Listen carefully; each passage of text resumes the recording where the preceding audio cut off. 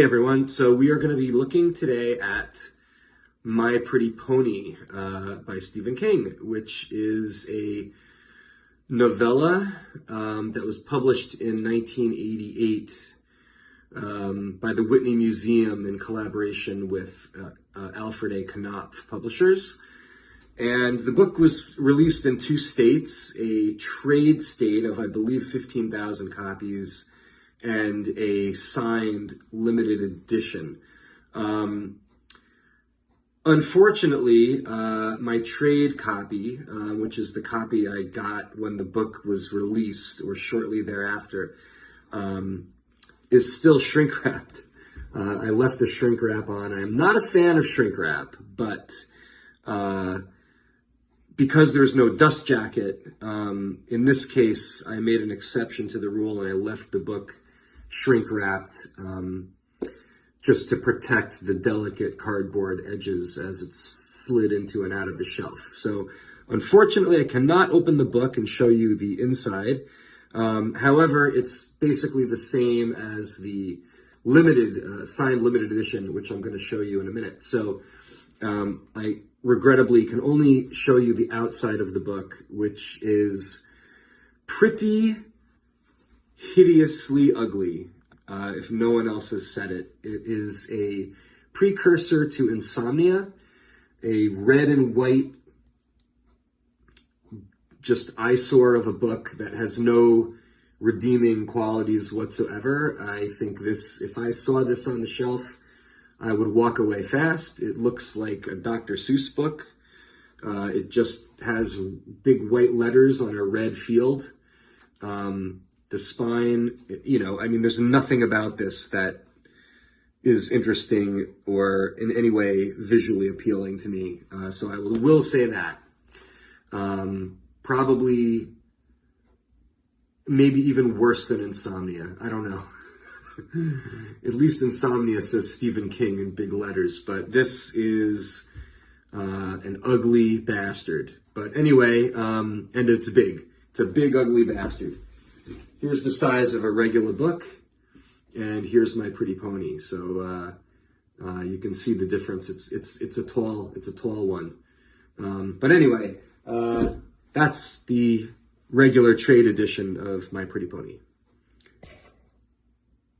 Okay, so now we're going to take a look at the signed limited edition of My Pretty Pony, which is the largest book in my entire book collection, which consists of not only Stephen King, but dozens of other writers and probably close to 20,000 volumes. This is the biggest and the heaviest book. This book weighs about 20 pounds and it feels to me like 40.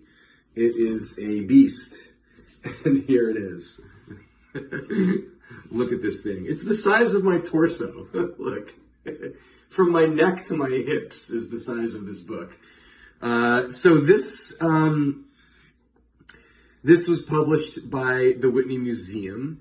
And what an idea. I can't believe, nobody said no when they thought of this, but it comes in a really nice oversized tray case with the title of the book, no author, just the title of the book stamped on. And I believe the tray case was only issued with some copies. Not every copy came with one, so I'm lucky I got one of the tray cases. I have to put it down to take the book out because it's just too heavy to manipulate. So the book is bound in steel. And it actually features, so it's got a red leather spine, and it has a clock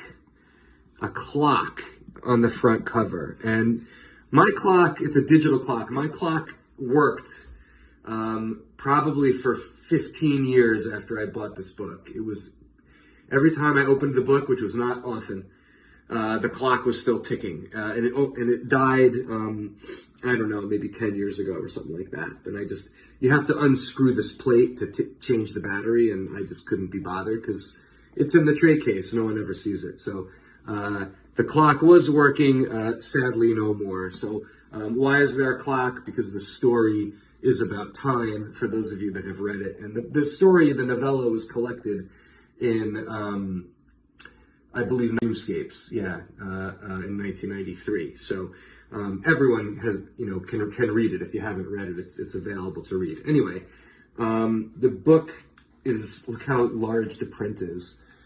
It's like the largest print ever.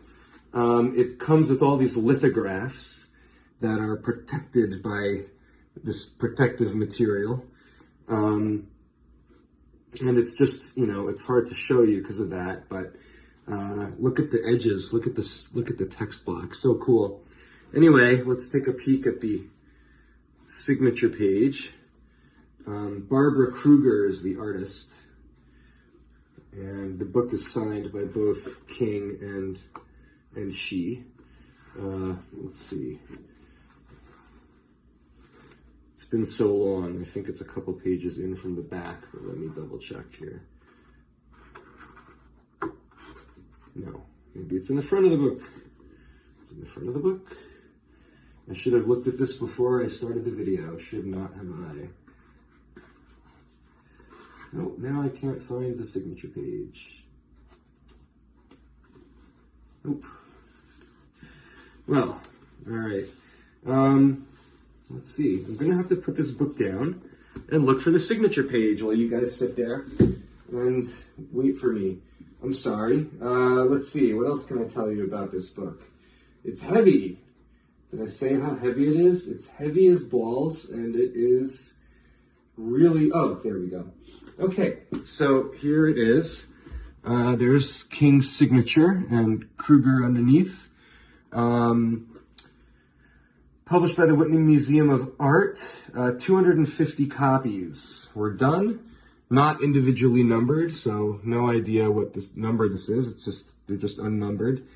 250 copies, and then 1 through 30 Roman numeral copies that were author copies. So those Roman numeral ones went to King and Kruger, were never for sale.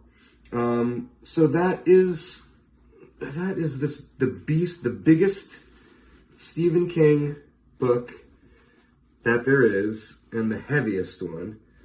And that is the limited My Pretty Pony, bound in steel. The book was published at $2,200, in case you're wondering. It's a $2,200 book, which is about what I paid for it.